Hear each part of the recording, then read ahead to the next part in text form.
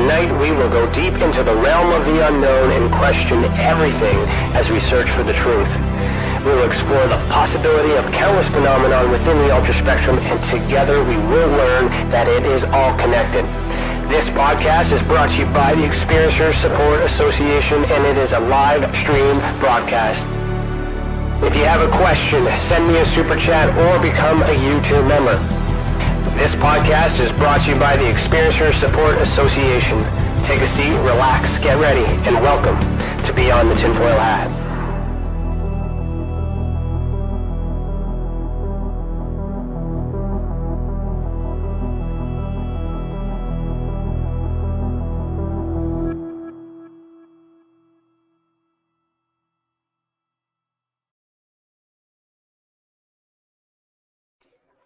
Hello, everybody. Today is Thursday, March 10th, 2022, and I, Ryan Stacey, am your host this evening. I'm a licensed private investigator, a citizen journalist, and the Director of Investigations for the Experiencer Support Association. I am the former National Chief Investigator for MUFON Canada and the former International Field Investigator Trainer for MUFON in general. Welcome to the channel, and thank you for joining us this evening. To super chat, just click the $sign next to your name in the comment box. And if you're in the observation deck, we are inside the Experiencer Hall, so I can see you right here. Go in, put in your comments and questions in the chat box, and I'll include you into the show. Tonight's theme is humanity and diplomatic contact with extraterrestrial beings. Our guest for season 4, episode 8, is Sylvain Rochon. Did I say that right? He's laughing. I was practicing this in the back. Anyway, Sylvain is the co-founder and vice president of the Alliance for Extraterrestrial Diplomatic Contact, AEDC, a Canadian futurist and a serial entrepreneur in technology. His companies include a psychometric company called CykoMetrix, the Canadian Institute of Mass Communication, and the think tank Intellectual. He's been an educator for over 20 years, and through his initiatives, Sylvain attempts to change how humanity thinks of itself. It is his mission to help humanity transition towards a golden age of understanding in which we will start having regular official contacts with extraterrestrial civilizations to help prepare humanity for this big leap. Sylvain has published dozens of articles in multiple online magazines, including Data-Driven Investor and Becoming Human and Director Today. In 2018, published a non-fiction book entitled Engineering Paradise, Are You Ready? Sylvain holds a bachelor degree in biochemistry, chemical engineering, and education, and lives in Ottawa, Canada. There's a lot of information here which he was withholding because I've been talking to him for a very long time, and a lot of these things that I was unaware of. So I'm very happy about that. So we're going to get into those tonight. So Sylvain, put on your tinfoil hat. How are you doing this evening? How am I doing with the hat? You're doing great. You're rocking. Okay. I should have brought a hat. How you doing? I'm doing really great. That's a good intro, and thanks for inviting me here. This is really amazing, and it's important what you do. Well, thank you so much. I appreciate you being here. Just so everybody knows, this show is going to be an hour and a half because he has another commitment to head over to, but we will do a after chat afterwards, so please stick around. So our icebreaker question from Stacey tonight is, if you were presented the opportunity to travel into space, would you? And if yes, where would like to go, and why? The answer is absolutely yes. I've dreamt about this for many years. There are risks involved in today traveling in space with using our engines, but I don't really mind the destination. Like, it would be anywhere. I would be satisfied with the moon, Mars. I would not go to Venus because death if you try to land there. But just the experience of seeing Earth from space in itself is transformative. And the very practice of setting feet, let's say, on another stellar body, even if it's the moon, the closest, which is about 3 days away ride, would be fantastic, right? Mm-hmm. Good answer. I think for me, I would just like to just go to space in general, just to prove once and for all we could get there for myself, and then I would just take a look down to verify that what I see is what we're shown, and then go from there. there's a lot of CGI out there with NASA, so it's kind of hard. It's kind of hard to, you got to experience it for yourself to really be sure, right? Science is there, but anyways, we're not going to go there. Anyways, so no, that's great. So great question, CC. Thank you so much for that. The first question I always ask is, of course, why are you the way that you are? And what I mean by that is how did you get to get to where you are today? Like what created you? How did this start? Well, there's essentially two things in this. One part of me is I have no idea where it comes from. Like, it certainly doesn't come from either of my parents. I, at a very young age, for some reason I can't fathom, just like inside me, I wanted to save the world, and to quote myself when I was younger, to the point where when I was about 12 to 13 years old, I started having heavy migraines. In part because I had a severe anxiety due to my incapacity or powerlessness to actually affect any change, right? Okay. So I already had that inside me, and it's not a learned behavior. At least nobody thinks it was. It's just kind of born that way for some reason. So that's always been with me. That kind of idea that I must somehow affect positive change into the world, which I think propelled me in my later years to become what I call myself, the Paradise Engineer, right? To this moniker that describes what I try to do in the world, right? To engineer a better future. But of course, some of it has been completely learned. I've actually had amazing parents and surroundings. I was raised in a small town outside of Ottawa, in a very small village, less than 1,000 people, lots of cows, wholesome environment, countryside, good air, good exercise, all that stuff. And my mother was an educator. My father was working hard, driving buses, nothing too special, but just good upbringing, very healthy and free. I was let loose to think and be who I wanted to be. Again, I applaud both my parents for basically just more guiding me than directing me. You know what I mean? Mm-hmm. And thankfully, I had I have a good mind, so I did good grades, went to university, studied a bunch of degrees in a very short amount of time, which was very useful because I don't like school. So doing my degrees in a shorter amount of time was, having the ability to do that was great. Got out of that, started working in something completely different from what I thought, because I thought I was going to be a scientist, save the world that way, so to speak. Ended up teaching by happenstance, really. Fell in love with that because I didn't know I enjoyed that. And then got my degree in education. And ever since, I've been in some way in the education. I still am. Right now in this podcast, that's still, to me, it's performance and education, right? You're educating people about something, some concept or some. And I love talking about the future, talking about science and scientific fact, and also sort of research and knowledge and understanding the universe and all that stuff. Great. No, and I sense that too. And as I mentioned before, with the conversations we had leading up to this, that's information you withheld. And you know what? And as a fact checker, that it makes sense to your character too, because I totally can see that. I'm not surprised, even though I never asked and it was never mentioned. I'm happy to hear that. The part I'm missing is how that led you to extraterrestrial. So have you had any extraterrestrial or paranormal contact prior to what we're about to get into tonight? Well, that's I find that peculiar. Like in my case, I have never had any kind of UFO or ET experience whatsoever. I dream about it. I'd love to have something like that happen. I think it would be really cool. Mm-hmm. But that's not something that has happened to me. I've met others that have. But when I was about 13 years old, again, I'm living in the countryside, right? And this is 80s, in the 80s. Yeah, that makes sense. So no internet, that's, you got your corded phone and your neighbors. That's basically in libraries. Like, that's your source of information, right? Mm-hmm. Well, my father was separated from my mom at the time already, but good relationship, so no problems.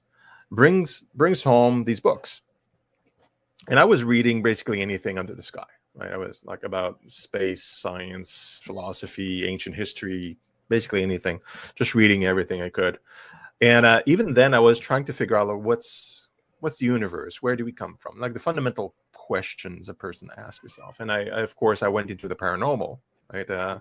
So ghosts and ETs and whatever else, because that's part of the universe. It's part of the language. Do they exist? And I was asking myself all these questions, and I was, being educated to be a scientist. So I was asking what I think was the right question, like what is the evidence, and how strong evidence there is. Something that you definitely would understand, being evidence-based type of thinker.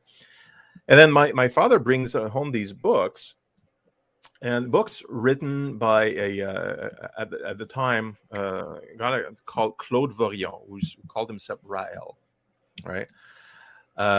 Brought this home, and he kind of like said, this is really cool. Like, I read these. I believe this person had a contact with an extraterrestrial, and it happened like this extraterrestrial is Yahweh. It's from the Bible, and they created life. And he kind of tells me like a summary of the story. It's like, wow, that's really interesting. Because that's an explanation, right? Like, as you look at old scripture, the Torah, Bible, I mean, they are. I like how you said that's an explanation, meaning one explanation, not the explanation. Correct. Yes. Yeah, because I mean, if you have the learning of a scientist, or the process, then having one proof or one explanation doesn't mean that's it, right? You have to explore and investigate to see, well, are there other explanations? And so anyway, so I was curious. So I read those books, and I thought, wow, that kind of puts all the puzzles pieces kind of all together. But it's just somebody writing a book, right? It's not it's not like I have tangible evidence or anything like that. Especially in this case, this person didn't take any evidence, just wrote basically the books. So it just made sense to me, but it's not a proof of anything. But that book, because there was ETs in it, right? And kind of a origin story for humanity and life and all that stuff. Most of it was in tune with my true self, which what I described earlier, which is, well, what about humanity? Where are we going, right? And the book describes like a way of living, like meditation, well-being, and how we should think, how we should treat each other, love each other. Like a lot of the same things we've learned from religion or grandma, like really positive things. So it kind of appealed to me as a whole, and I started hanging out with my father and some of the other people that were kind of circling in that philosophy, which is called the Raelian philosophy or Raelian movement, and otherwise. So that path got me into a lot more into the ET thinking space. These people in those books, and then I started reading more and more about that. I got involved because it's more of an activist group in a way that has a kind of a mission to bring humanity into a new era, which is what I was really aligned with, like as a person. And one of the projects inside that philosophy, one of the main instructions that, well, you will build an embassy for ETs, which is a pretty cool concept. But at the time, it was just like kind of like an interesting concept. Had no basis into like scientific or an interest in reality at the time. But over the years, like, I kept being involved, and I did my own research, and I kept being a scientist and being an educator and all that stuff. And especially like the last few years, I kind of noticed, like, wait a minute. Building the ET embassy has always been something I've been working on a little bit, but off to the side, not my focus, right? This is, well, we're at the time, it seems, where this is probably close to happening. Like this, there's something going on. There seems to be a lot more apparitions, more like reports, and I kept meeting other people that where there was some kind of a synergy in the discussion. And so I talked with the person that leads the actual project within the Raelian movement, the ET Embassy project. Like we raised like $50 million US of funds and over donations over many years, and they were kind of leading. I said, look, I think we should do something more. We should do something for everybody, right? Like set up another organization that's outside, and just like bring a bunch of people in, right? And kind of work towards that. And I talked about this a little bit. That's what the big thing here, like in humanity, is the mindset is still pretty primitive, in my view. We have to kind of evolve as a civilization, and so most of the effort is, of course, there's mechanical efforts to actually build a tangible building with the funds that we raise and all that stuff, but also it's transformative change for humanity, which is interesting. So that's where I am now. Okay, so we're going to get into that to be a lot more specific details, because I know what you're talking about, but these people do not. So I'm assuming what we're talking about is the Alliance for Extraterrestrial Diplomatic Contact, AEDC. Correct. So tell me a bit about the work you're doing with them, and what is the AEDC mission? Right. So so this started, I believe, January 2021. So just over a year ago. It's not long. That's when I had the discussion with Daniel. Say, hey, like, let's do this. And simultaneously, he had the same thought. Well, that makes sense. We have to, as humanity, we have to kind of organize this globally for everybody without any kind of attachments and whatnot with any organization outside. Just make it universal, agnostic. Let's just build the freaking thing, right? And get, as a civilization, get to officially build a structure that all the nations would be in agreement with, would acknowledge under the Vienna Convention to as an actual embassy, like a practical embassy that does diplomatic missions according to the Vienna Convention, right? So let's build that. That's the website that you're seeing there for the conference in October. But definitely, we'll talk more about the conference itself, I think, a little bit later. But yeah, that's one of our main activities this year. But yes, that is the embassy, the original plans for the embassy. Thank you, Ryan, for showing the pics. And it has a certain design, and it's a bit like futuristic, which I like, and all these elements for living quarters, and also, of course, different atmospheres and whatnot. We are building. We are almost ready to release new blueprints, by the way. For this, like updated with the team of architects. But in essence, like I got with him. It's like, okay, let's do this. This must be a project for the whole humanity, not just one group, right? So that was the kernel of that. So I elaborated a strategy. I said, okay, well, let's make it a network of organizations, because the Raelian movement is one organization that's already been championing this since 1974. That's great. But then there's other organizations out there that must also be thinking the same way, that would think it would be cool and it would be maybe smart at this time. And now that a majority of people do realize, we probably aliens, or let's say call it extraterrestrials, do exist. Intelligent life is out there, and it's there, and a decent portion of the population believe that we may be visited by these. And this is a shift. Only just a few years ago, it was very different statistically, right? So that's where the timing is correct. It's like, okay, well, let's see which organizations are out there. And we started contacting and doing the research with a few volunteers at first. And after like less than 6 months, we had like I think 12 organizations that part of the network that are supporting the initiative. It was like nearly 500,000 supporters already. within those networks that were like keen on seeing the project succeed and willing. And we had other volunteers from different groups joining to do different things.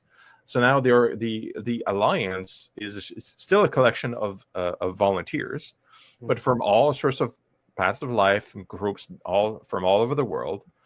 We all want to have the same thing. We want to see this project succeed. We want an embassy to be built correctly according to UN protocols and accepted by most nations of the world, and so as the de facto first, official ET embassy on Earth. So why is it important for you to do this work, and how is that going to help humanity? Well, you got it right. Like, my focus is about humanity and bring it to a golden age, right?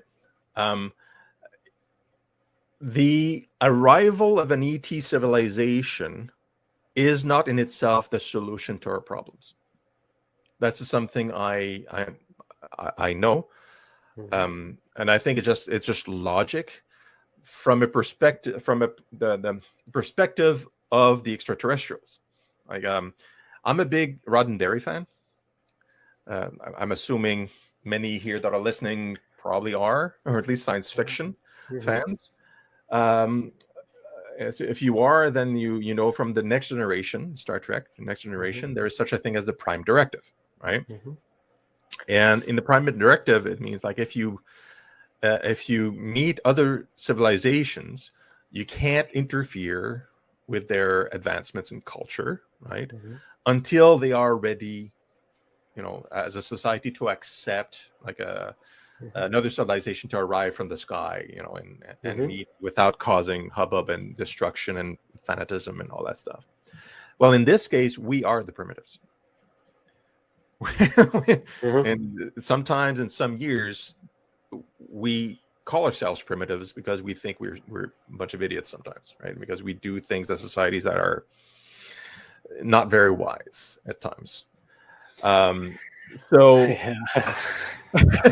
I'll stay tight-lipped on that one. Yeah. Well, yeah, I know I'm trying to be positive. Okay. No, and I like it and I love it. That's exactly this is what we need. Like I feel, especially with everything that's been happening and things we talked about in the past about challenges, because we need to to bring this together. I feel like this is opportunity to, if extraterrestrial exists, this is a positive energy to invest into showing them that if there's ever a time that we could be ready, or any people that a group of people that are ready to receive, then this is where and this is who, because so it's not ruined for the rest of us, right. There's bad apples out there, but perhaps contact could be made to some of us. And I kind of feel like this direction will allow the opportunity, if they exist, to meet. Well, yeah. And, for me, the embassy itself, and just logistically, building a building with funds, that's easy. And anybody can do it. And in fact, there's plenty of places in the world where they have landing pads and they have like so-called embassies that are like, people acquire land, build a building, and say, well, this is it. I mean, it's not recognized by anybody. It's not extraterritorial like a real embassy or anything like that, but that's easy, right? The challenge for our project is that it needs to be a recognized embassy by nations and nation states and the UN, ideally. And that's a big challenge, because you got to get them involved in the conversation and accepting that this is a possibility. For politicians, that's kind of sticking your neck out even now today, right? But in the journey, for my personal purpose, in the journey towards making that more difficult path happen, means that we have the conversation among us about unification, about how are we displaying ourselves to others that may be watching, and so on. How do we get wiser and more loving and compassionate with each other, like going beyond the infantile conflicts that we keep seeing cropping up here and there. And that's the really interesting part of this entire project, because just like the Prime Directive, if we have some that are watching, and I do believe they are, they don't need to be in orbit to watch us either. Like if if you have, like, I don't know if you can do comparison with how exponential science works. Any civilization that's 100 years or more advanced than we are, which is a tiny amount of time, they can probably watch us from their solar system wherever they are. Like, we're able to detect the type of atmospheres on exoplanets thousands of light years away now. Right. Right. In 100 years, what are we going to be able to do? You see what I mean? So we are the primitives. So the challenge is like wisening up humanity while building a project. You have an objective, building the embassy under those specs that gives you kind of a goal, right? And we're all unified. We work with the alliance. We gather support. Yeah, that's the village and the embassy in the middle. It's hard to say because it's fairly big. And we're gathering steam. We're communicating. We're kind of advocating for unification, and everybody from every nation is kind of working together for the same goal of meeting an ET civilization. And in that process, hopefully, is that we will be wiser through the process. And then in 2000, when the embassy will be built, which should be around 2030-ish, there's a few steps that need to happen before that. It's not just the construction. And steps with the UN take time. I don't know if you noticed it. Move very fast. Anything political does. Maybe we'll develop that enough wisdom to have a chance of having somebody come in, and there would be a symbol, the embassy itself, which could also be practical for them to come and officially meet people under our rules and our understanding, which are still kind of primitive. So because our leaders will want a place, ETs don't need a place. No, but we'll need one. But we will need one, so it makes sense for us, because that's what we need to understand and comprehend at this primitive, as you say, level. And what I find fascinating about this, and again, I'll go back to recent drama, that's been happening, while all this negative is happening, meanwhile you're focusing on something so beautiful and so positive, and yet you want the same interaction in which a lot of people are using negative enforcement to try to make enforced contact, or at least confirmation of such. So when you talk about the extraterrestrials' perspective, taking in consideration that they have feelings and choices and all this other stuff too, possibly why not? Where would they rather? What type of people would they rather come to? Yeah. So you're creating a home or a safe place within the home to allow that to happen if it's possible. So if, and that being a man of science as you are, we have to use ifs. So if they exist, chances are, on a balance of probability, it's more likely that they could go to something like that, the positive side, than towards those who are actively putting a thing in it. So as far as energy goes, I would much rather put my energy towards supporting something like this than the way that I've spent my energy in the past. So if you could choose, what would be the best way to communicate with an extraterrestrial, and why? So this is all set up. We're there. We need to get them there. How would you do that? For me, it's like I'm kinesthetic, so I want to touch. Right. So yeah, like a ET phone home, great. I'll take anything. But preferred, I would love to have a face-to-face encounter and have a chat, because then you get to feel just like a human being, right? You get to feel the other person. You get a good sense of them, because this is about as alien as we've ever gotten, right? Like notwithstanding people that may come and visit Canada from Guatemala. I mean, that's alien to me. I mean, it's a different culture and all that stuff. But this is civilization that comes from an entirely separate part of the universe or the galaxy. So yeah, I'd definitely want to face-to-face meet, have a meal, whatever. In this third dimension, what about what about in the fourth or fifth, like in her mind, psychogenically? Well, like I said, I'll take anything they'll hand to me, but no, I do want. I would prefer the third dimension, physical, biological, like what I consider real to me. That's what everybody wants, but Yeah, unfortunately, sometimes that's not what we're getting. And the majority of the contact that through our investigations, from what I'm learning, is psychogenic in the mind. Yeah. As someone who's in biology, is it biochemistry? Is there a way to explain how human beings might be able to communicate telepathically with extraterrestrials? Well, yeah. I mean, there is such a thing as telepathy. I mean, scientists don't like to use that word. So you're saying there is, as if there's fact to that. Yeah, but it's a question of, with scientists, it's always a question of definitions, right? And that's where, like, they don't like the word telepathy because it implies something mystical, right? In some way, like ESP, things like that. But we are, for example, building brain-computer interfaces using EEG, electroencephalograms, right? That's brain waves that are being detected and translated using software. So is that telepathy?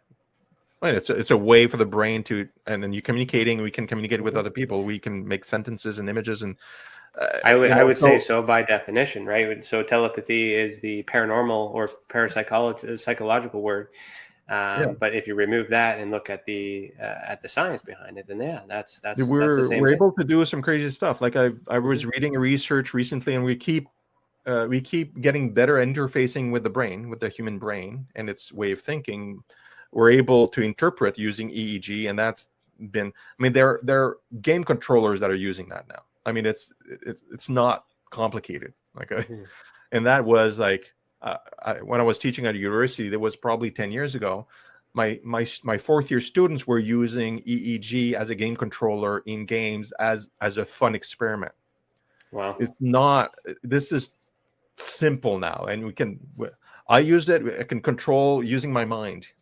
Right. So, but then there has to be another device connected to another human in order for the connection to work, right? Well, you're talking about both ways, right? Like, so if it's a software in a game that's interpreting, the other piece is that, well, can we insert information on because that's the other way around, right? And over the past few years, and one specific experiment just a few months ago, from again, when I talk about research, it's real science, not just somebody talking about something or claiming they're a scientist. So bear with me.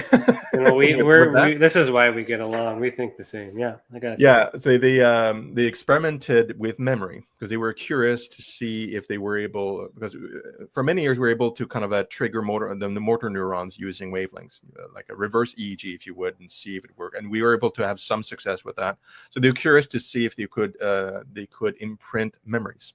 This is the more recent research into subjects. It's non-invasive. It's like a wavelength, and then it's with an impression that is supposed to represent that in neuron form, if you would.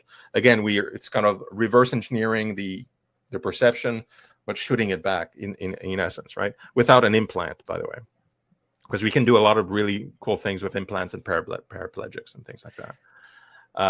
And the fun thing is, I think it's brilliant because I'm a scientist and I don't think about bad things people can do with things sometimes. But the people that had an inclusion of memory and didn't know whether or not that memory was theirs already or was implanted, they couldn't tell the difference. Okay, and that's kind of normal. That's not a surprising result, that last bit. But we're able to implant, so that means we're able. At some point, we'll be able to efficiently do bilateral communication with an intermediary of amplifiers. But that indicates that since we can do it with amplifiers, and the brain is very flexible for interpretation, it's entirely possible that some people are able to send and receive and perceive. And if an ET civilization is trying to contact with us, they may be amplifying signals and sending stuff directly into our brain. We know that's possible, and through technology, through our own technology. So why not using ETs? So telepathy with ETs technically is a thing that is entirely possible. So you could scan telepathy in the brain with wavelengths. Yeah. Essentially, yeah. We can detect what people are thinking or doing to a certain degree with training. So and we can implant memories and things like that too. The risk analysis hat kind of came on a little bit there, because I'm thinking, all right, the science exists, and you're testing on subjects and to prove that it's possible. Are your subjects aware that you're doing this? I don't remember the details of that experiment, but I'm sure they either signed disclosures or they were informed. Well, that's good. So it's good in this experiment that they are aware that this is the procedure that's going to happen. Now, put on the conspiratorial hat. I mean, the science exists. Is it not possible for that science to be used even today without the intention or without the knowledge of the host? Like, how far does this go? Do they have to be in the same room? Can they go across the other side of the world, like remote viewing? No. How far? You have to have a cap on or something, direct contact with the head, so you would notice. At least you would be asked to wear something. Is it possible without the equipment, though? Can we not communicate with each other without? With increased sensitivity. And this is not tomorrow, but in a bit, right? And I can't predict, because everything's accelerated with tech, right? And how advanced. Potentially, you could have an emitter or transmitter in the room, and everybody in the room could be targeted for sending and receive. Which, on a positive side, it means you could have access to the internet directly through your mind without a handheld device in your pocket at all. On the negative use side of it, like mass delusions, control, confusion about like what do you remember, what's real, what's not. I mean, just like any other technology, the use of it can be absolutely beneficial and exciting, and the misuse of it can be mind-bogglingly terrible. A lot of people speculate and conspiracize that was the purpose of these 5G towers. There's your transmitter. So it's just interesting, because like the science, like also is good for the advancement of human civilization and technology, but yet it's also that fear comes into where these possibilities come in. Like the great power comes great responsibility. And those things are real. So if human beings are able to make contact through these devices and stuff, if experiencers, I know you're not an experiencer yourself, but I've spoken to many people who generally do have experiences telepathically, or at least in their mind. Do you think it's possible that maybe this technology is being used by humans instead of extraterrestrials, and there might be some confusion there? Or is it a bit of both? Or because some people are checking in to some signal that it's out there. We're looking for explanations as to how or whom. But what you've just basically explained, that it's possible. So now we need to know, okay, it's possible, but now who? Right? Because we're not that different, Ryan, because one thing that I don't mention a whole lot, because my pedigree is too long, like my experience, I was in security for 3 years at a pretty high level in Canada, at the Supreme Court of Canada, in fact. I was second in command of the civilian division.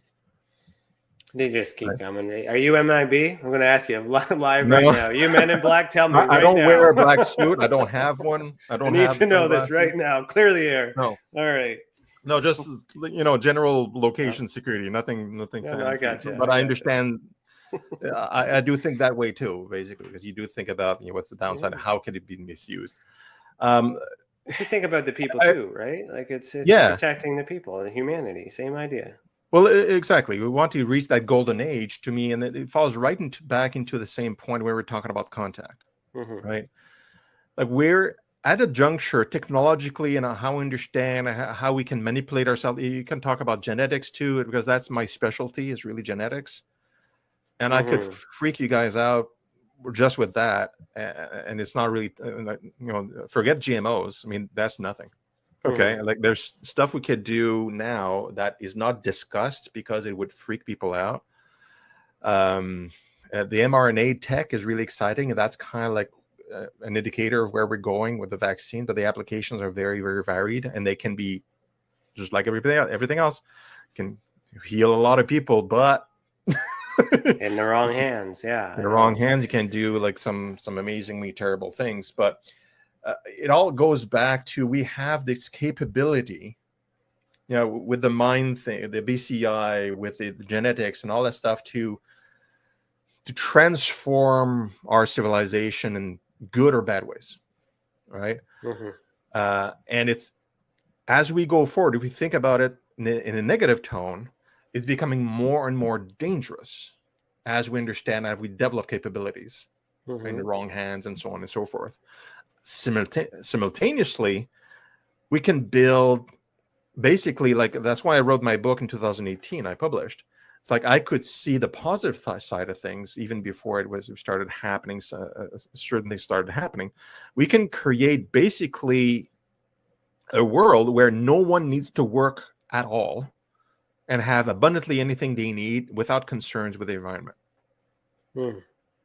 It would take a lot of work and a lot of changes. Okay, it's not an immediate like flip a switch, but we have everything we need to like you could have a home. This is a kind of the futurist part of me. You could have a home right now that produces all its clean water from the air directly, and it would be powered by the sun. Okay, all you need is a box and a specific material called metallo-organic framework. Okay, well, and there's different classifications of that. You can generate your own power at your home. You can potentially recycle a lot of stuff, and using 3D printing and more advanced version of 3D printing, you can molecularly, recycle your waste back into useful things. We're not there yet, but that'll come. You can essentially decentralize a lot of things that are currently centralized and very wasteful. But the key point is that with all this power that we have, because of understanding and technology, we're still dumb, right? We're not wise, is what I mean. And to survive this, we need to develop that wisdom, right? Because we can't decide. We will just take the good advancement of the control of infinity, and for sure we'll never touch the bad things. No. When we discovered nuclear energy, like I know that's an overused example, but that's good. But it could we also be understood bad. more about the atom. That was great. It's good when it's good. It's bad when it's bad. Yeah. Right. It's all that story. And as we move forward, we can do a lot more. Like I can. We need more good people doing good things. That's in a culture. And what I write a lot about is like I boiled it down to one simple thing that we have to do for humanity to avoid most of these terrible outcomes, right? Is that we need to remove what is strictly called chronic stress from our society. So the difference between normal stress and chronic stress is persistent and constant, right? For example, somebody that is always looking for the next meal constantly, his body is his whole system, his neural system is activated, creating cortisol, adrenaline in the system, all these drugs that are meant for survivalism. Those drugs make a person antisocial. It's in survival mode, wants to eat. Chronic stress causes that. If you're not in chronic stress, it's the parasympathetic neural system that kicks in, which is dopamine, oxytocin, really nice, fun drugs, right? It makes you calm and loving and friendly and social. And you know what? Naturally, biologically, and there's like an excellent research from Harvard, which I forget the names now, but that research, like if a person is not under chronic stress, their biggest pleasure they can have in a society is to give to others.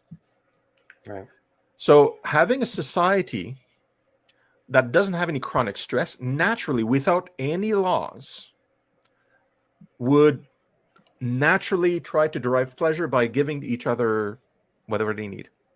Mm-hmm. Just pleasure driven. That's it. I think that's interesting. That could be that's why we're connecting in the terms of missions, because I know you kept telling me that you really like the vibe, but I didn't really understand why, and now I'm starting to hear it, and I've got goosebumps because I'm feeling it now. I know, now I get it. So we're going to have to take a commercial break real quick soon, but before we do that, Dave Porcella, he had asked a good question there.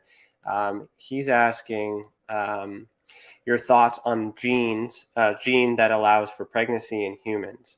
He says, I've heard it's not natural to the human genome, but was rather spliced in some time in the distant past. So you have any thoughts or comments on that? Dave, I have no evidence for that. It's the first time I hear that comment.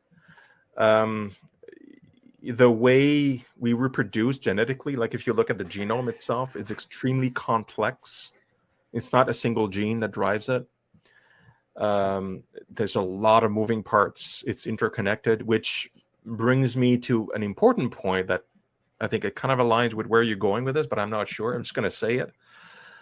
I would encourage people to read Michael Behe's book on genetics. I forget the name of the book though, but Michael Behe, if you read like Dr. Michael Behe, and he came to looking at the complexity of life and exactly how complex it is. He kind of came to the conclusion at the end that there must have been a designer involved, which is a very interesting conclusion for a scientist to make. And there is of course, a series of arguments and studies and observations and so on that are on the molecular and genetic level. It just tells you that there is definitely a lot of complexity, which may indicate because you can't straight out say, well, it's aliens or something like that, because there's no evidence of that either, right? He just says, well, it's probably not random, basically, is his conclusion, right? There must have been, if it's not random, then it must be not random. Right. Which means there must be a hand in there somewhere. And of course, the Christians and the religious people really loved the comment because it validated the presence, well, there's a God or things like that. But I feel there's probably a more simple explanation than some immaterial creature that is omniscient and somehow weird things happen. Anyway, given the decent evidence of presence of extraterrestrials on Earth, or at least an advanced civilization in the past, at the very least, there's reasonable evidence of that. And if you see the visitations, if they are extraterrestrials, they're obviously more advanced than us, and therefore they may have visited in the past, and so on and so on. Perhaps ETs could be those designers, or at least had a hand in it.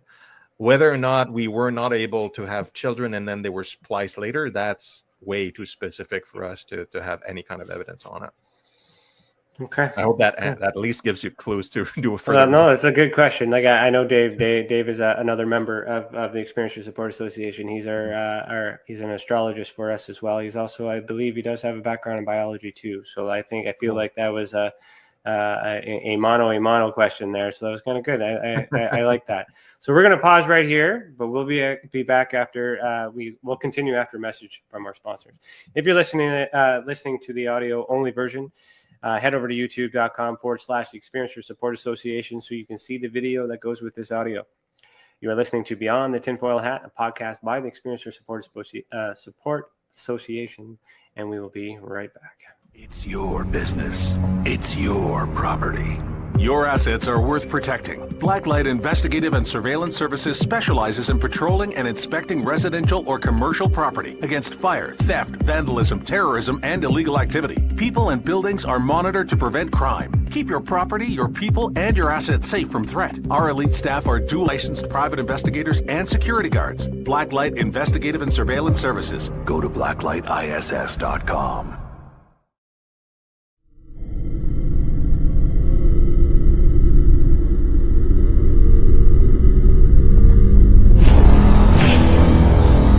The same thing that draws aliens to our planet is the same thing that draws us to others.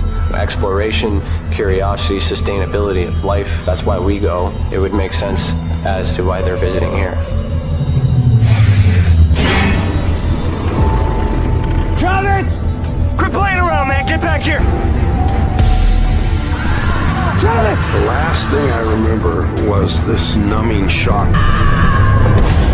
Stunning sort of a feeling. Very powerful. Get away from me! I was just out of my mind with fear, just screaming the whole time. It's been theorized that aliens prefer remote areas because they don't want to attract attention.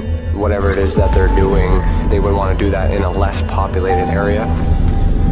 There are multiple accounts of the same thing from people from all over the world. People that do not know each other, do not live in the same cultures, and they're all looking up. They're all seeing things in the sky. So it would be naive of us to think that we're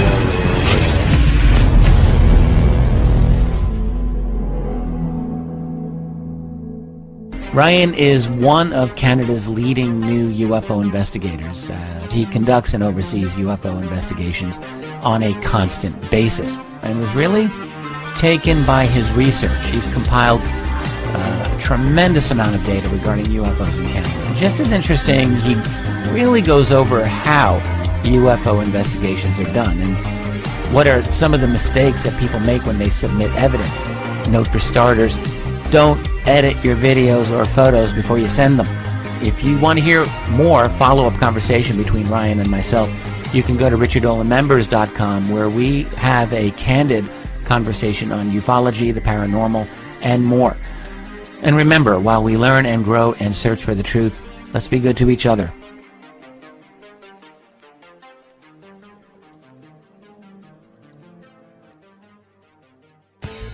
Welcome to the Observation Deck, a state-of-the-art, one-of-a-kind virtual platform that takes video conferencing to the next level by using avatars to navigate a campus, just like you would in real life. First, you install the application and design your very own unique avatar. Then you're free to explore the various areas of the campus at any time from anywhere. There's so many areas and activities to choose from on the platform. There's a 1,000-seat auditorium, a large expo hall, a movie theater, a nightclub, an art gallery, and even a beach. Come attend a conference, or take a class, or hear a lecture. Meet new friends and interact directly with presenters. It's all right here on the incredible Observation Deck campus. Where in the world will you go?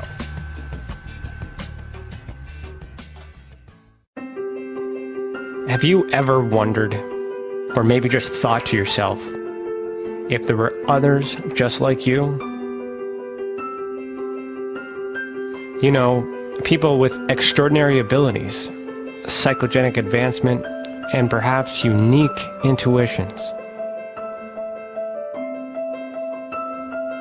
Maybe you just wondered if there were other people who experienced unimaginable, unexplained, or even unusual and paranormal events. Are there people who have more questions, more fears than answers? Well, you're not alone. You've never been alone. We believe you. Sign up for EA today by going to tesacan.org/EA. That's TESACAN.org/EA.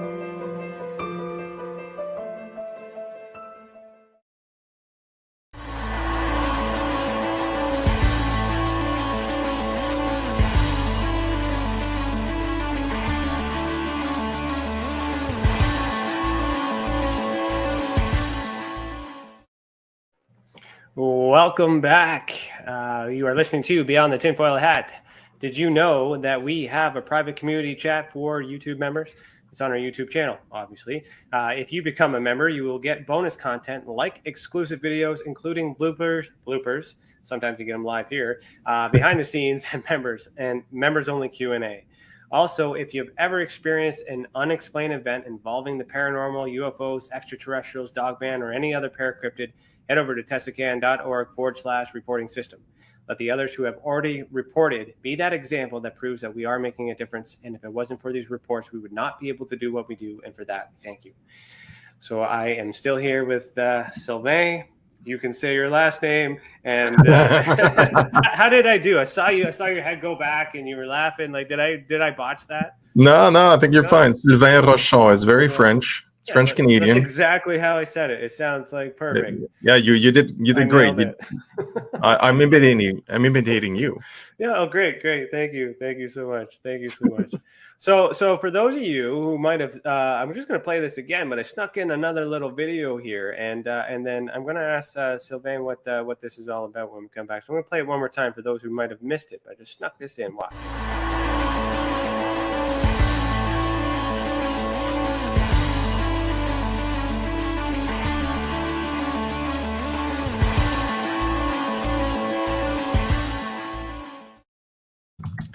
So this is a conference. Tell us about this, and what is the plan? Well, yeah, it's the first conference specifically for that's organized by the Alliance, right? And the purpose of it is to gain more visibility to the diplomatic community. So for ambassadors, diplomats, and world leaders, because we are in contact with many, right? Because one of the criteria is that we have to have extraterritoriality, and the land must be, for that, the land by law, by rule from the UN, the Vienna Convention of 1961, I believe I have the year right, is that a country has to give the land and make it extraterritorial, which means, this land belongs to another nation, and it's kind of declared, right? So we need to talk with nations, and we have been sending a specific brochure, and I know Ryan, I sent it to you. You can show the cover of it. It's a brochure we sent to all nations of the world in 2019, right? And it's basically a business plan, because governments think of things as in regarding economy and tourism and things like that. So it's written as hey, give us the extraterritoriality of the first ET embassy on Earth, and that's going to draw a lot of tourism, a lot of business, and so on and so on. Like, because it is for them, it's a risk for a lot of countries, because they don't really think the way I do, and some of us that want to to have this work and to be welcoming. So we sent that over, and we have been in discussion with several leaders of different nations that have some interest. Now, they are not revealing themselves to the general public, so we can't talk about them. Okay, so don't ask. I can just tell you there are more than one. Okay, and they're not in Canada. For those of you who know us who are in Canada, Canada's not one of them. This I know. So we did that. So the conference itself is kind of like a first showcase, like a serious discussion in an attempt to popularize the idea of the ET embassy itself. And the secondary aspect of it is to gather together all sorts of organizations. And Tessa's definitely going to be invited and be there and participate. We were saving that for the end, but all right, get in. No, we're going to talk about other things in the end. Okay. I'm just letting you know. Surprise. Yeah, but there's a bunch of other organizations definitely will be there. So it's an occasion for the organizations also to meet. We're going to be using a virtual platform, because you never know with COVID and things like that. So don't want to miss with that. And it's our first conference, so we'll do that like virtually for the first one. And we'll have like an international law expert talk about it. We're going to have a big reveal of the actual plans, like the new ones, because they're being revamped and modernized, ready for blueprinting. Actually, the blueprints are being made now, because we have a team of architects working on that. And we're gonna have like a musical presentation and like some networking, and we have like a panel discussion that'll talk about the future of humanity and the mind change we were talking about earlier. And finally, Danielle, who's the lead of the project and also the president of the Alliance, will talk to the crowd. He's not a big talker. He is more of a doer. that I got him to agree to do a presentation, and he's really good at presentation, just doesn't talk a whole lot. So he's going to talk a bit. And the architectural team will also be there, do a big reveal at the conference, revealing the blueprints, perhaps like a 3D walkthrough of inside, things like that. Amazing. Yeah, so that's the conference. So there's 1,000 tickets available, and I don't see anywhere to write here, but I'm offering anyone here that's listening a 35% off promo code. We can type it in the chat here. I'll type it for you. Yeah, ETDC 2022. So ET Diplomatic Contact. So ETDC 2022. Right, exactly. Right there, it's in there. So if you get your ticket right now, there's early bird tickets are available. It's in October, right? So we're way ahead of time, but that's okay. You put that in, you lock in your ticket, use that code, you got a third off. And then you get to meet with all these people there. So that's the conference, and hopefully we'll be doing that every year, kind of grow the reputation, grow the brand, because that's unfortunately kind of the talk we have to talk to get the attention of politicians. They only understand numbers and votes, right? So the more numerous we are, the bigger names we have in our events, the more interested they are in kind of listening to what we have to say in our proposals. So that's how our team in Geneva can do their work. So what's interesting what you just said there too, and this is kind of, I'm going to be very careful with how I'm saying this, because this is a conversation that we've been having internally with Tessa as well. But there may be an opportunity where this message could be included in an already planned package that is already in the works to be sent to the politicians. So I'm just going to leave it like that, and then we'll have a conversation about that offline. But sure. We're in the middle of prepping something to make our name known as well in that respect. But to compound this together to be might be something that would be more impactful. So there's another spoiler, kind of in a sense, teaser stuff here. So that's great. There were a couple of things too. I noticed that Dave Petrella had said something about Libra. Where was that? It was. Let me go back. Just a bit higher than I see the highlight now. Yeah. Yeah. I said October 6th, directly in the middle of Libra, which is the sign of peace, good time. So he's also, an astrologer, so he understands that. Well, Dave, that was totally unintentional. I did not know that, but it happens to be in the middle of the United Nations Space Week. Okay. That's why the date is inside that week. All right. So it's a happy coincidence that it goes into Libra and the sign of peace, which I didn't know about. He's also asking, what is the proposed location of the embassy? The embassy could technically be built by any nation in the world, as long as it's not too cold, which is why Canada is out the question. What about southern Canada? Like like this the where you are? Well, I'm in the middle, but I mean it'd be BC, I guess. Like yeah, it could be, but also honestly, So why does it have to be warm? What's the reasons for that?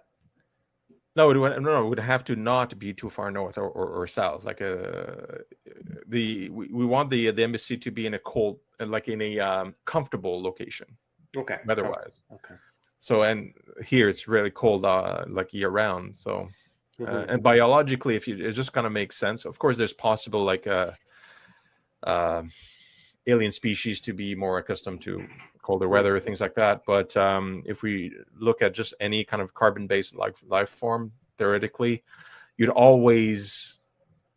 should always be more comfortable to be comfortably above 0 degrees Celsius, the freezing of water.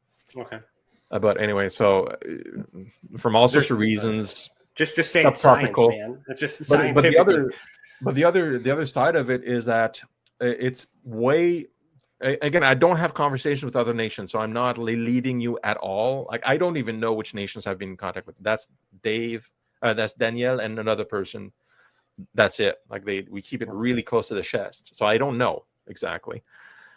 But more advanced nations like ours tend to not be so interested in such initiatives because they have all this other stuff going on, and it's kind of more easy to dismiss.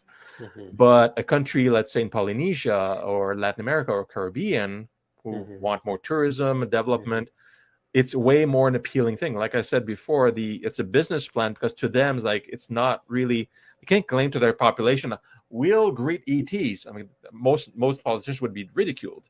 But if they pitch it, well, it's going to be a great economic impact area.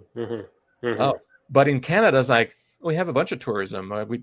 It's like a project among many. But in St. Kitts, Caribbean, as an example, it's like, holy shit, yeah, let's bring it here, man. It's going to bring a lot of tourists, and because we're also thinking about the best place for the entire world. So we're not thinking. So here we are, two Canadians thinking, let's have it here in Canada, because that's us only thinking about ourselves, right? But yes, if you're thinking about the entire world and everyone else, and then that's awesome. Yep. Okay, so I have a couple other questions. I'm just looking at the time because I know you got to leave. So I am going to throw in our last little segment, but I'm going to make it quick, and then we're going to talk about our plans in the future. Okay. So this is a segment called "Sorry, Not Sorry," and I think you'd appreciate that, being Canadian.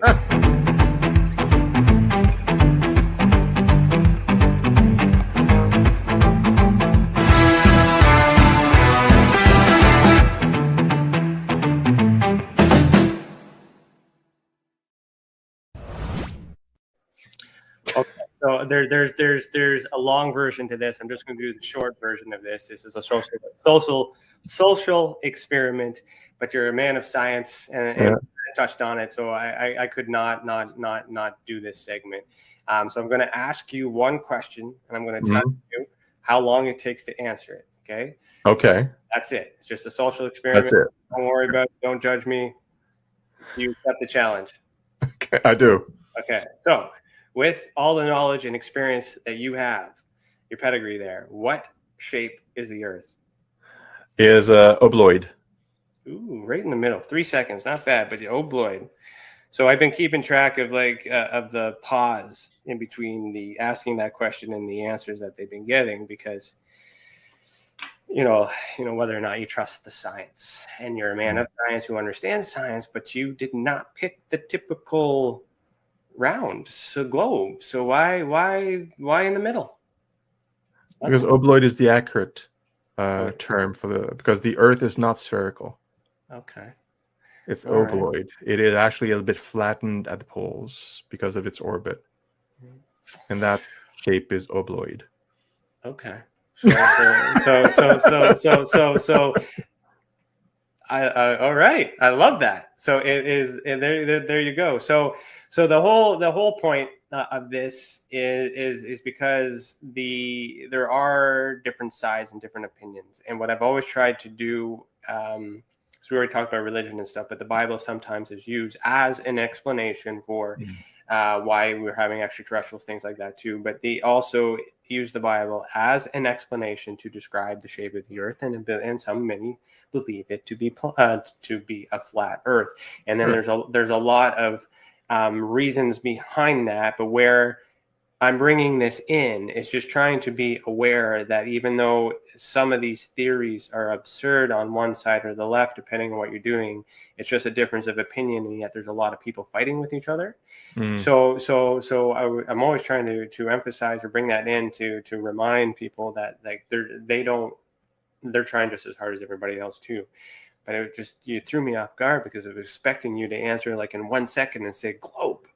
So I had to remember the exact word. That's why it took me 3 seconds. Like, wait, what's the word? It's awesome that. So why are we not seeing that when NASA takes a photo? Follow-up question, because I don't see that at all. Well, you'd have to make the measurement to really notice it, like with the or even like if you have a big enough picture where you see the whole globe, and you could probably find it online or some kind of resource, and you actually measure the distance between the poles and also on the equator. The equator will be slightly longer the equator measurement if you look just in two-dimensional, like a flat picture, for example. But the difference is not enough that naked eye can detect like that. It's not like it's flattened like a football. Like some planets in our solar system has a rotation that's fast enough where you can see it's not exactly spherical. Okay. But it's more obloid than the Earth. Okay. Theirs is not spinning that fast, so it's not as obvious. Okay. But it's definitely not a non-spherical like shape. No, but it's also, not exactly as advertised. So that's kind of where we're looking for. Like, just, And part of the confusion, I think, is for some people that kind of like look at other theories, is that when we look at any kind of map, it's a rectangular paper, and everything is kind of flattened. And there's a specific term for that flattening, and it doesn't give the proper dimensions. Like Greenland looks huge, but it's not that big, for example. Yeah, so the solar projection is kind of like extrapolated and expanded. So I always thought with the with the Gleason's map, it's a polar projection. So I always try to explain that like that is just a view from the top. Yeah, it's a perspective. And then if you take that and then you were to put it around a globe, then that's why we have the globe Earth. It's the same thing. It's just a perspective. But then a lot of scientists do get mad at people who just say, the Earth is flat. And then there's a lot of things that go around the reason for that. And there's explanations as to why. But when it all comes down to it and that's why I kind of brought the NASA thing in there too, is it's just about trying to determine if the science that people are doing here on Earth are the same as the science as we're being told on the television. So so that was kind of interesting. I really like that. So let's get back into this reality here. So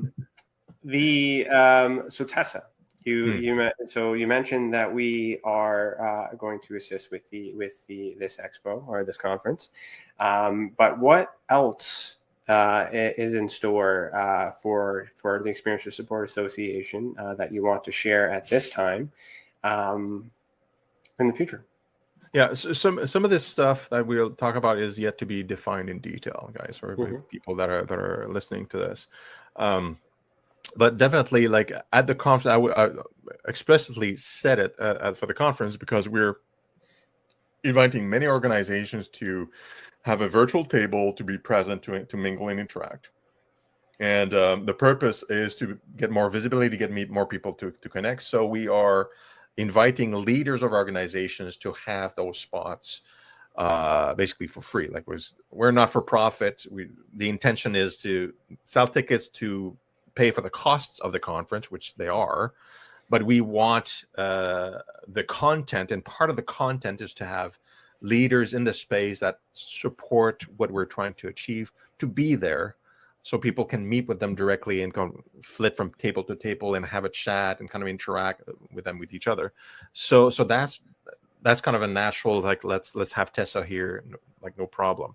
But what I'm more excited about is something that we haven't talked about yet today, at least, because we talked about it yesterday, me and Ryan. So not today. Was the Alliance will organize a show on Tessa in the media, right? Like probably an episode twice a month where we will feature guests. Again, this is still kind of in the works, but I'd like to do something in the format similar to Joe Rogan. If people know the style, it's interviewing interesting people, just like what we're talking about, the flattened Earth and things like that. It's like asking questions and seeing and letting people talk about it and kind of exposing different ideas and elevating what we know and what we don't know. And it's a big thing with me, especially I consider myself a true scientist, not because of the titles or degrees, because somebody can be a scientist without having the degrees. It's a way of thinking. Okay. So a true scientist is someone that acquiesces what they know and what they don't know, using and identifying fact versus fiction, right? And using the right words. So if I tend to choose my words carefully, like if I think something, I will say I think something. That means it's an opinion, right? If I know something, it's usually based on foundational research that's been corroborated by valued scientists many times. Even though I may have done the experiment myself, right? So under those definitions, what I don't know far surpasses what I do know, right? Because there's way too many mysteries out there we can't really validate, but we can just speculate and assume, right? So I've always said I know enough about the subject to know that I'm right, but not enough to know that I'm wrong. yeah. so like, I mean, I'm on you with that. And I mean, for me, facts versus fiction, for me, is it possible versus likely? Yeah. Right? It's possible that the earth is flat. Is it likely? So that's what we're trying to figure out in terms of the conversation, right? And to be honest, in terms of experiment, which is why I also said at the beginning with the icebreaker, I want to go to space to turn around and look and know, because I'm not an astronaut, right? And then like many other people, but I do also subscribe to all of those camps that show evidence that suggests that the moon landing was a hoax, and you know, and there's a lot of things that do not add up. But then there's a why. You know, why would they do that? And it looks like it, you know, and then of course we don't have the source to explain the answer, so that's where speculation and everything else comes in. So I'm happy to know that we're going to have that scientific mind as well within the community too. Because and as we talked about as well with my research and the data, it's good to regulate and have it contained, but it needs to go to the next level. And through this is opportunity for this work to don't be criticized, cleaned up, fixed, prepared, you know, better example to be lifted to the next level. So we're able to do the same thing, but one before the other, but in unison, in a way that it matters, with experiencers involved, experiencers' feelings and perspectives ahead of anything else, in line with the possibility of wanting to make contact or have the opportunity to have a positive visitation to confirm. And all of that approach doesn't have debunking. It doesn't have anarchy. It doesn't have protesting. It doesn't have any of these negative ways of approaching the answer. Now, that negative side, it's a method, but that also breeds and creates that negative energy, which then feeds in investors and all that other stuff. But now we have this positive energy that could very well balance the negative to create perhaps a neutral ground where everyone could meet at the embassy. So I'm in. I was going to say all in, but let me speak to the board first. But I'm pretty well in with everything else here. But you know, I'm totally committed as an investigator, because this is good. This is great. Absolutely, we need more critical thinking. I think in general, we can't just listen to somebody and say, I believe this, and just take it for granted. There's so much information that floats around on the internet. Even more so than ever, we have to be discriminate in what we see and do our own investigations, and not being afraid to say, like, I don't know, or I'm not sure. That's fine. Like, it won't affect your daily life if you don't know stuff. I mean, I'm very well educated. I have a lot of experience, and I most of the things that people ask me, I don't know. There's still a bunch of stuff that I do, because I'm that kind of person that reads a lot, keeps educating. But yeah, so keep the open mind and keep the critical thinking. If you're not convinced about the Earth being an oblong shape or spherical shape, well, investigate it. But at least we're questioning it too. So I mean, CC has a scientific background as well. Dave Petrella has a scientific background as well. And what I'm excited about is, as the investigator at this level, I am very good at figuring out the who, the what, the where, the when. And what I need is a team, especially with you three that I'm talking about in this moment, to help me figure out the how. And hopefully with the how, we will be able to determine the why.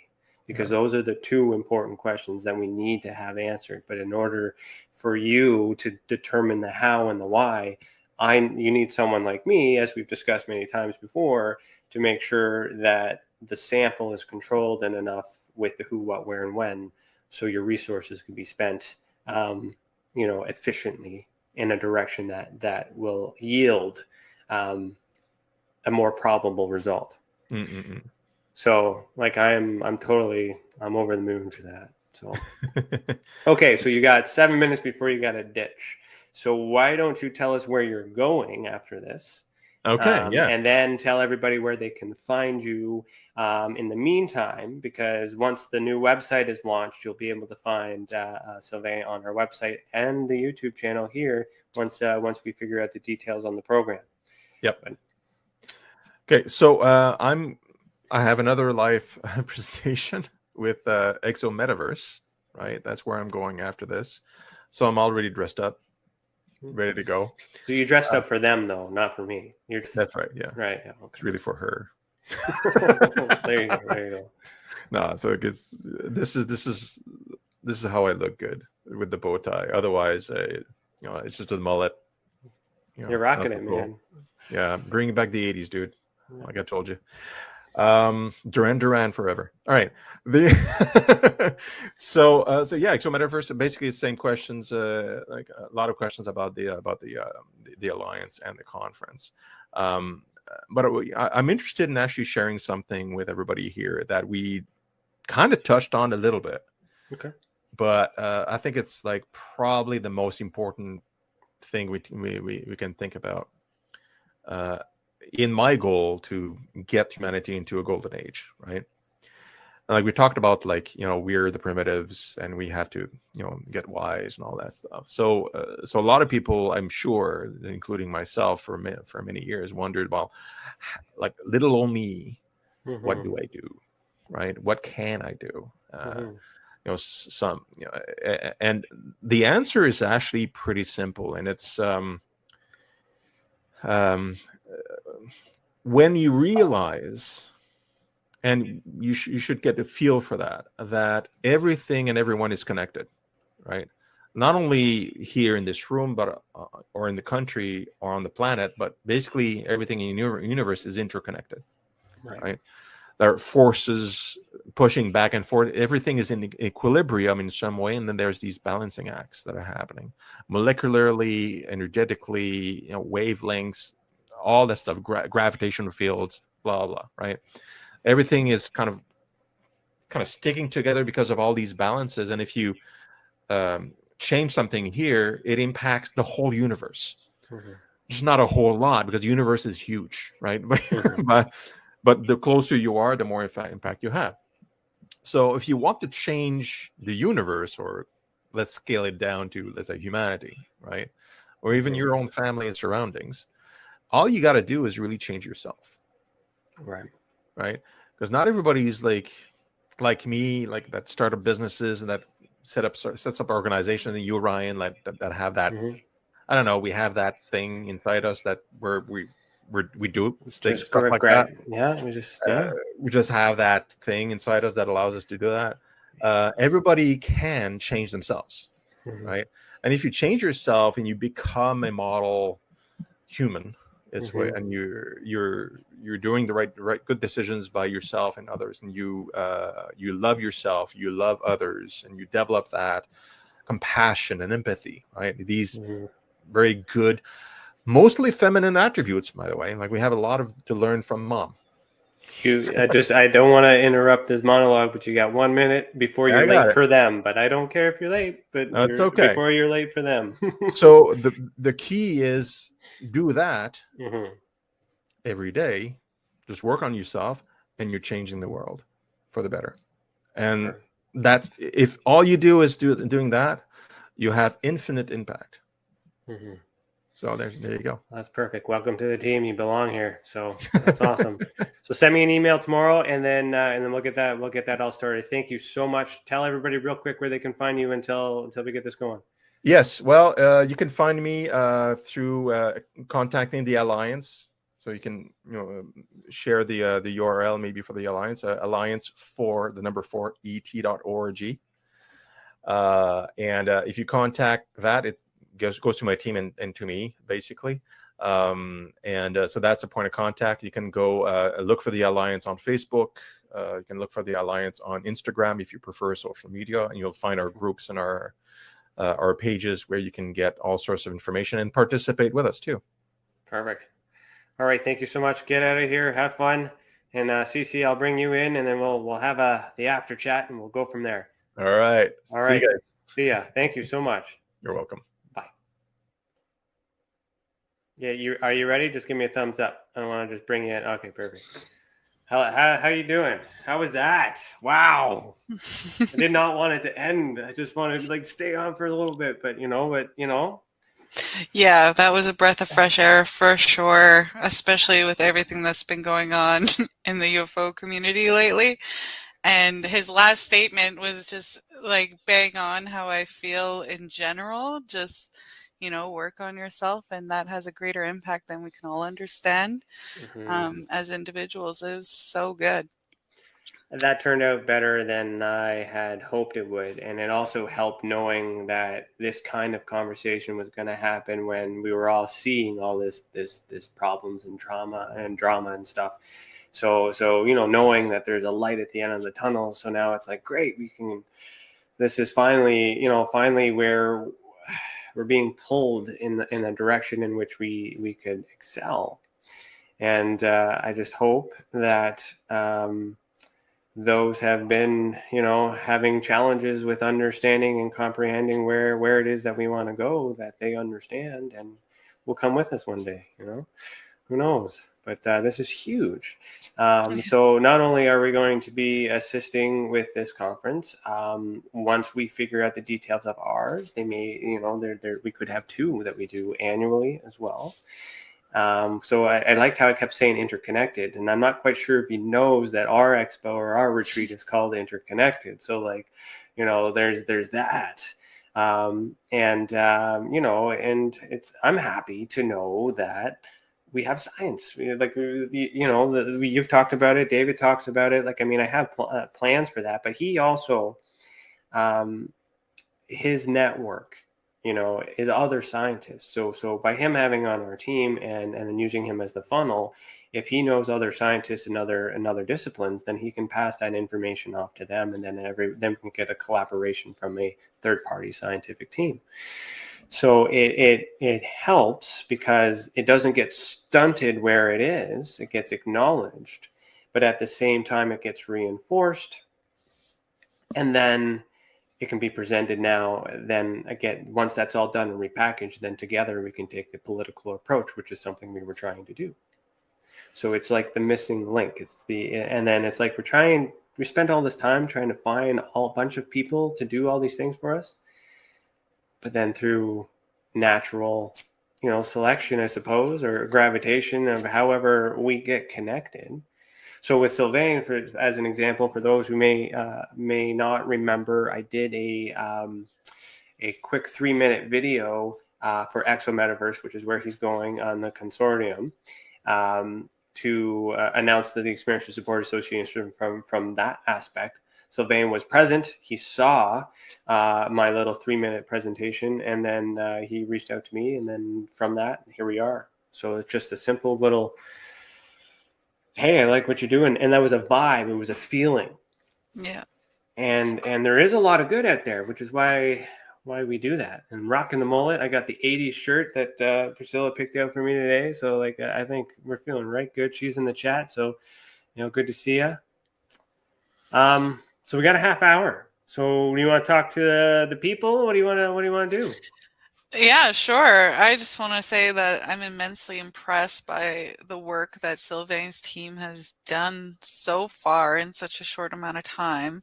And it just goes to show what humanity can do if we put our minds to a collective mission. Mm-hmm. And I'm grateful they found us or vibed with us too. I don't really see any questions in the chat. So if anybody does have a question, let's talk. open up the floor. I'll just say hello to everybody while we're waiting here. So Lisa, how you doing? Hi, Lisa. Dave, obviously I know you're here. Been talking about you. Serena, good to see ya. Oh, let me click. Serena, hello. Who else we got? Scroll. Priscilla, hello, honey. Dan Jones. I wanted to say. What is it? What movie is it? Horrible Bosses. With Jamie Foxx. Motherfucking Jones. Dan motherfucking Jones. Hi, buddy. This is good. All that other stuff too. So who else we got here? Just the usual suspects. That's it. All right. Well. So we had Serena there and Dave Petrello. Yeah. No. Oh, Robert. There's Robert. Hey, Robert. How you doing? So if you guys have any questions about anything, throw them in. If not, then why don't we talk about what's happening next? So EA. Let's talk about EA. EA is Saturday. Yes. So this Saturday, it'll be Experiencers Anonymous will be in the observation deck. So if folks are unaware of what the observation deck is, it's a really fun digital world, essentially. You download the app. Go to the observationdk.com, I believe is the email address. It's in the link that is posted on social media. Yeah, show them what it is. And so it's really great for Experiencers Anonymous because you create an avatar and that is what you use to navigate world. And it could be whatever you want, male or female. It doesn't have to look like you per se, but you just, can type and chat or use your voice and speak and interact as you would. It's very similar to a video game. I enjoy it a lot more than I thought I would. And I have a lot of fun in the observation deck when I go in. So we meet at the Experiencer Hall in the observation deck, and we simply have a discussion. We could talk about, an event that's maybe plaguing your mind, or, and offer some support and resources that Tessa has and is able to provide. Or we can simply just have a discussion about what's going on in the world and share ideas and contemplate theories and that sort of thing.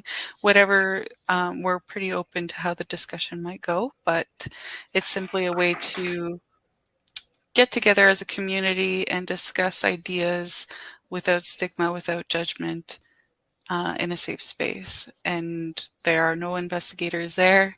There are no recordings of any sort. So you maintain your anonymity and interact and participate how you choose. I'm going to try and log in and just to show everybody in real time here, but it might boot me out because I'm already in. But so let's see here. We get any questions during that? Anything there? No. Just listeners, eh? Yeah. Oh, so I forgot to mention. So that's this Saturday in the observation deck at 2 p.m. Eastern Time with 11 a.m. Pacific Time. And we host Experiencers Anonymous every Saturday, and we switch between this platform and Zoom settings, Zoom meetings. Yeah.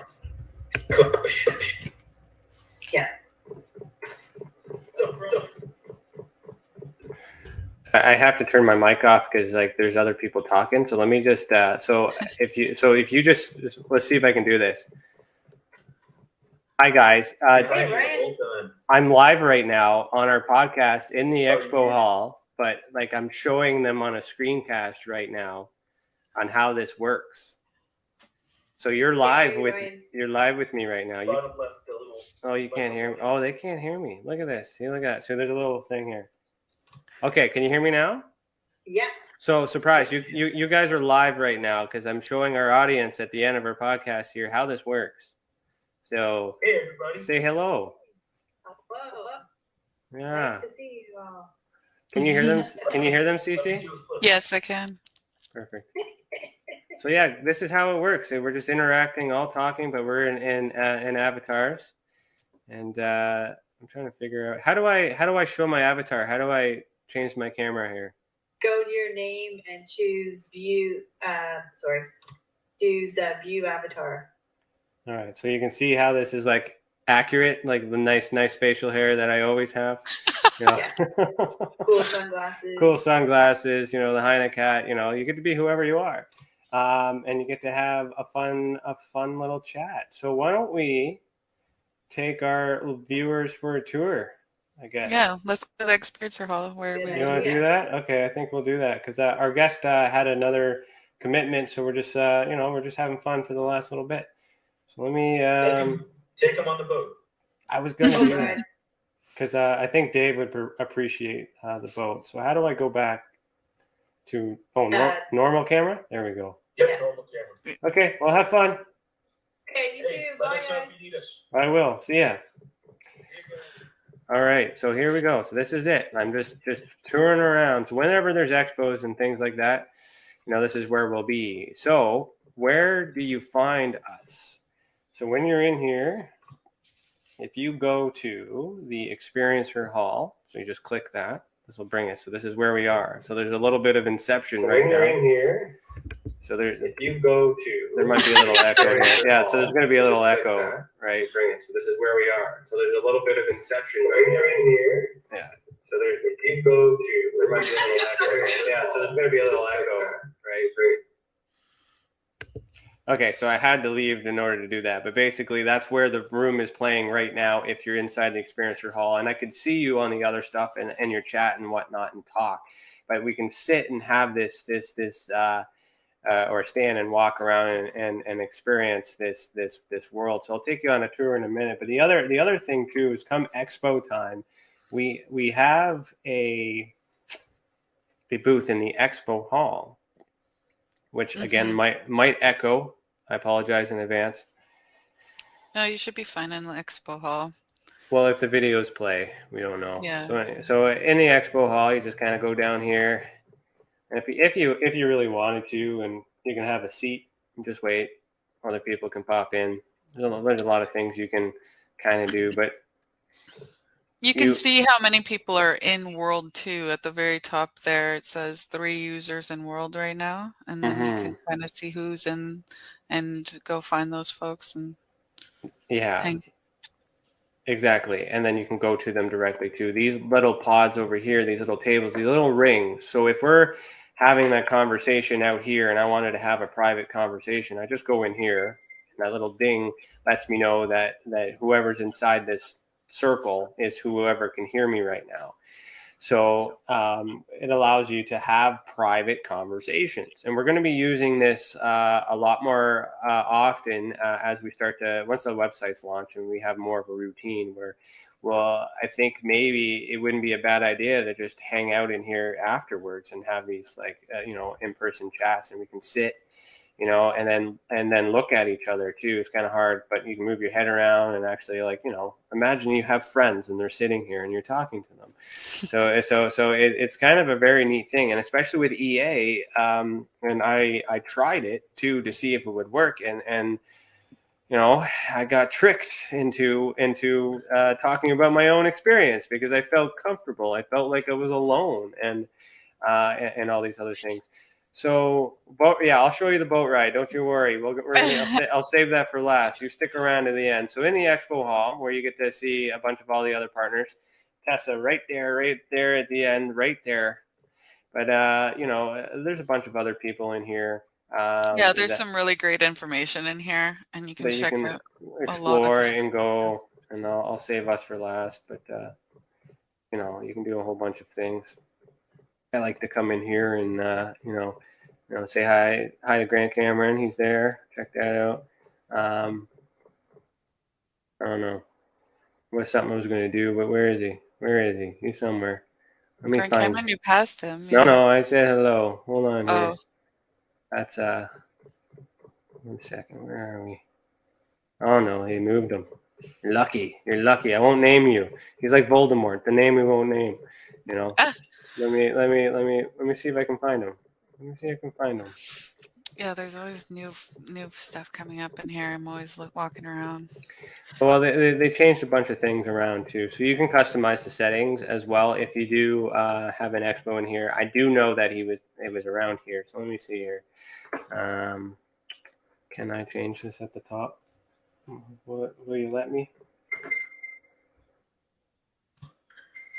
Yeah, there you go. Hi. Hi, person.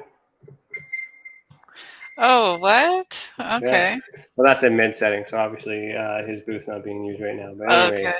I can take some selfies over there, having fun over here.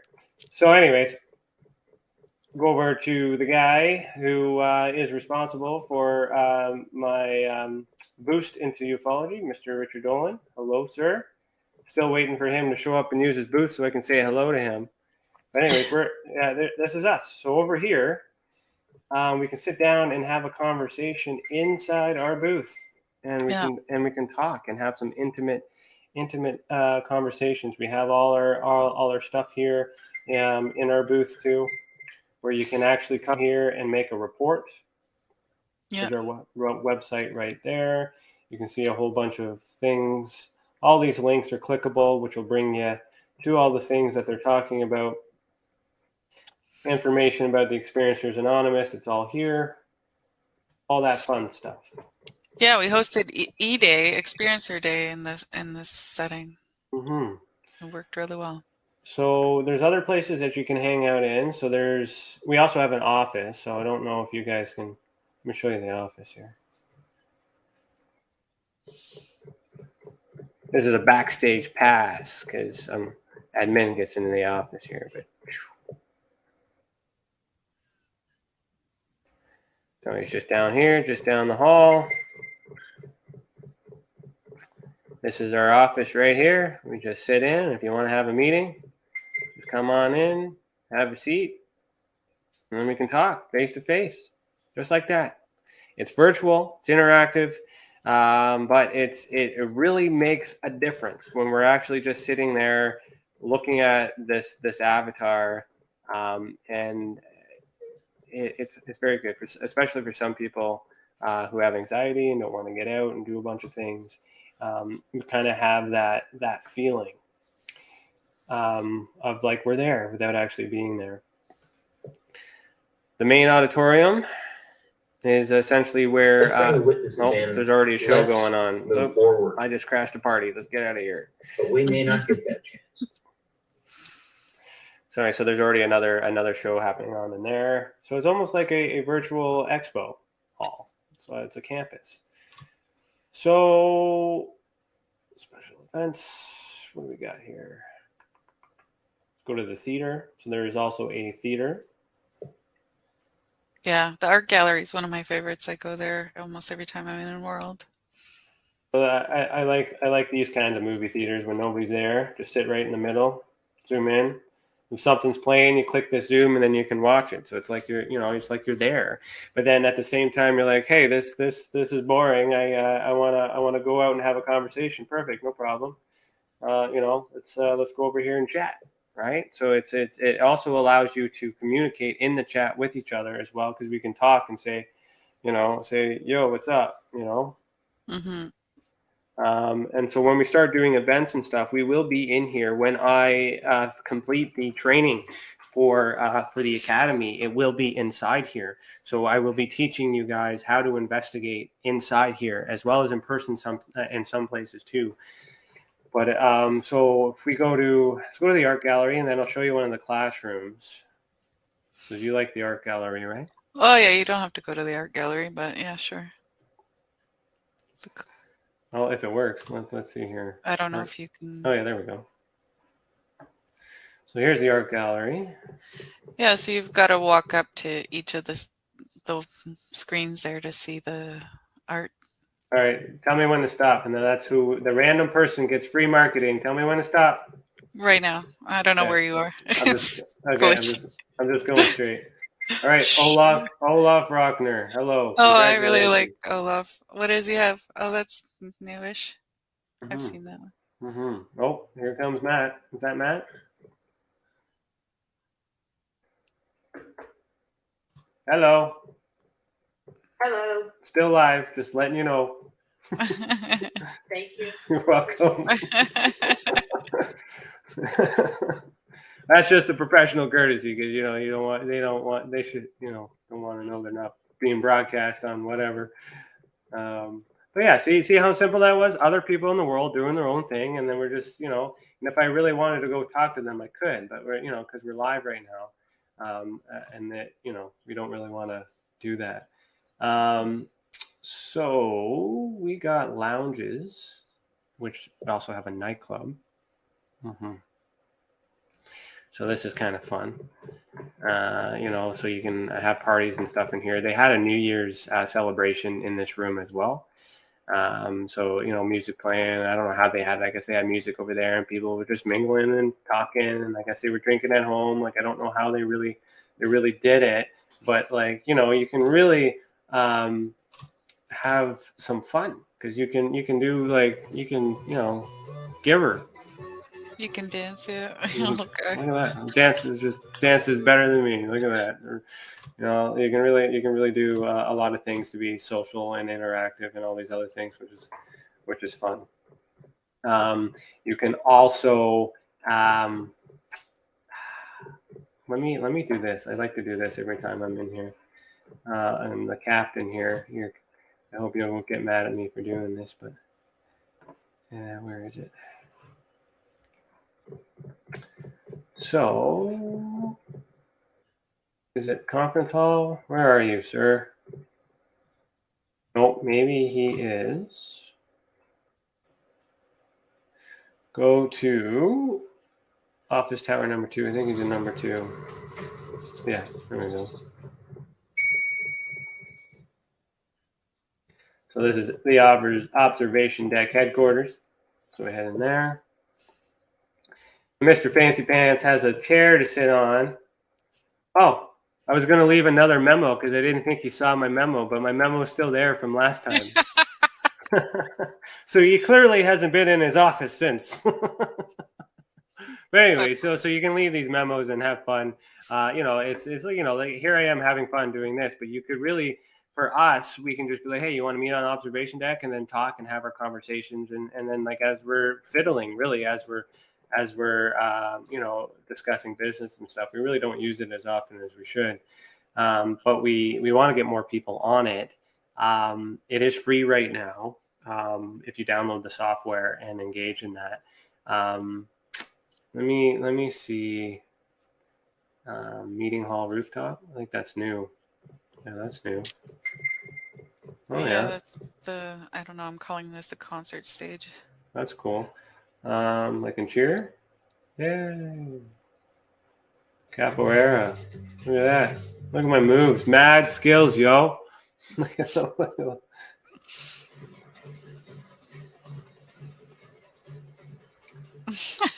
So anyways, I guess music would play and then people would just I don't know how this experience would work, but it's it's just a way we got to bring people in here to do some stuff. So we will be planning some stuff as well to get in here.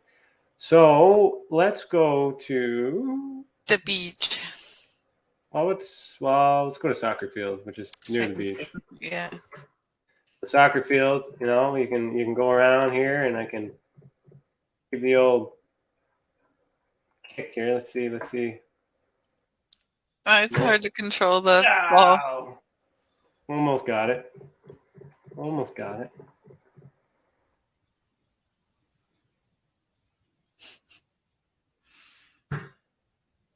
There you go. See? Nothing but net. Wrong game. No, that's the wrong game. But anyways, I wonder if I can kick it over here in this office. No. Boundaries. What's over here? Contact cubby. Cool. So you can also lock the doors and things like that too. So it's like, hey, see you later. Can I get? Oh, I did get the ball in here. I might have hacked it. But you know, these little walls too. There's a picture here. But if I wanted to, you know, I could say, you know, here's our website. You know, I can just, you know, I can use it as a screen, right? So to, you know, we're sitting in here on the table having a conversation. I can use it to share whatever I need to share. So there's a lot of things like that. We can play videos. We can do whatever. I can let the people out when I'm done talking to them, you know. So let's go to the beach, which is just down the way there. 1 second here. There's the boat. And then the boat. So it's also kind of cool up, where was it? It's near here, isn't it? The top of the hill where we were going to do EA. Where's that circle? That circle. I like how you can hear the birds. You can hear the water. Everything's good. But as soon as I go in here, quiet. We can sit down, have a conversation, look at these boats that Dave Petrella really wants us to go on. You know, so we're gonna go on those right now. So you can also get on one of these boats and either sit in it or you can. You got to get in the driver's seat. You got to get in the driver's seat. Then you can just cruise around, but you can sit like 3 or 4 people in there and have your conversation while you're fiddling. Okay? So it's like, you know, so next, you know, we're having a chit chat, talking about all these other things. I'm gonna go, you know, I'm gonna kind of go all the way around here, and then we could have a private conversation, and people can leave us alone, because then, like, you know, sometimes when we do events and stuff, people will want to have a conversation, and you can, but then, you know, you wanna, you know, come around and do that. There's other boats here too if you want to dock. I play too many video games. My skills are showing. I couldn't even get the boat to operate last time I was in World. Somebody else came and helped me. Yeah, I was like, why look at that! Look at that drift. Bam. All right, so hey Dave, are you ready for this? I'm gonna go to the edge. I'm gonna go to the edge. This is for you, man. What do you think's gonna happen? What do you think's gonna happen? I don't know. Ice wall? We're almost there. We're getting there. We're getting there. We're getting there. I hit the wall, a firmament, because even this world here is flat. This is a dome. This world is a dome. Oh dear. There's a wall. Oh no. Why would they put that in a video game? I don't know. Subliminal? I don't know. I don't know. To keep us from falling off the edge, I guess. Yeah, I guess. That's the glass dome. Yeah, you see, he's watching. That's it. That's exactly it. It must be. You know, who knows? Who knows? So anyways, that's it. That's the observation deck. That's so I mean, we always want to try and get you guys on there, but we need to do more events inside with these people as well. That's outside of what we're doing. We do know that it is challenging to get in here. And if you're just watching the video while in here and you're watching it on YouTube too, you know, what's the point? Because you can still watch it. But we will be eventually doing exclusive content in here. So you would only be only allowed to see it while being inside, because we need that interaction. You know, we need to, and that allows us to talk privately and keep it not recorded, and still social. So to get the app, just go to the website, click download the app, and then install it, and then you'll get a username and password. And then, like I said, it's free right now. Eventually, there will be a membership. What you also get with that is access to other conferences. So, like, you know, Stephen Bassett, you know, he's done a few things. There's been some other events in the past, so you do have access to certain events and a way to connect to Richard Dolan if Richard Dolan does do an event up there. Lou Elizondo, love him or hate him, you will be able to meet him if he ever does that. Which is what I'm waiting for. I'm waiting for him to go in here, because then I'm going to go right to his booth and be like, "Hey, pal, we got to chat," because you can't stop me there, unless So I'm waiting for that one, but. So it's very interactive. There's a schedule here that kind of lets everybody know where to be, and so that's the observation deck, and I think that brought us close to the hour. We made it. Yeah. So it's a lot of fun, and we'll be in there Saturday. So for EA at 2 p.m. Eastern. Yeah. So actually, let's show everybody too. So if you go to the website right now, www.tessacan. Sorry, all happy on the W's. Tessacan.org. Excuse me. And you click Experiencer Portals, go to Events, Experiencers Anonymous, or just type tessacan.org/EA. Ouch. Don't stab yourself with a pen. And scroll down here. And you fill out this contact information. But this contact information will give you direct instructions to your email on how to connect if you find it too complicated. We also do it in Zoom on the alternating weekends as well. Yeah. But this is free. It's for you to share your experiences. We have had a conversation today about the possibility of having some special events with EA in which I would make myself readily available should somebody want to pop in and share a negative experience that involves some sort of crime or harassment. We were talking about that today.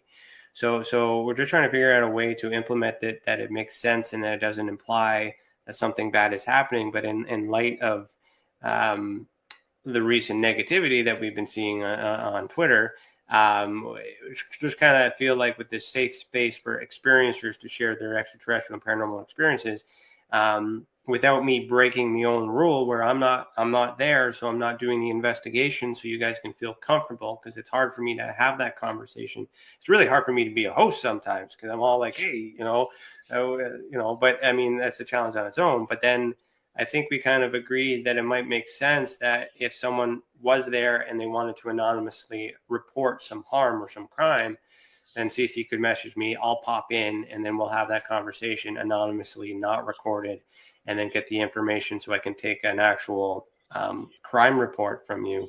And then that would give us consent to mediate the problem on your behalf without identifying you. So currently we have that available on our website with the report of fraud or a crime, but you do have to identify yourself and provide some evidence, so that way we're able to determine how to use the resources. But some people might not be comfortable sharing their name right away. So that's something we're thinking about. If you like that idea, put it in the comments below, send us an email, and maybe we'll make it happen. But yeah, at the very least we can say we have that available and offer it up and see if they would like it. But I like Dave Petrola's comment here. He says hot air balloon would be great too. I actually agree. Because you want to see if it goes to how high up to the top it goes, right? You want to see if the dome goes all the way around. I like your thinking. But that's good. No, I'm glad you guys stuck around and we're having fun. And thank you, Sylvain, if you are watching this part on the replay, because we're doing it, and everyone from the observation deck who I just crashed your meeting on. Sorry about that, but at least we're letting everybody know what's up. And what other news do we have for Tessa? Nothing really. Just the website. We're waiting. Yeah, so just expect changes with the website. That's coming soon, but we'll have updates as it gets near. You know what? I want to end with one of our new little videos. Let me end with that. Remember that little commercial thing? Yeah.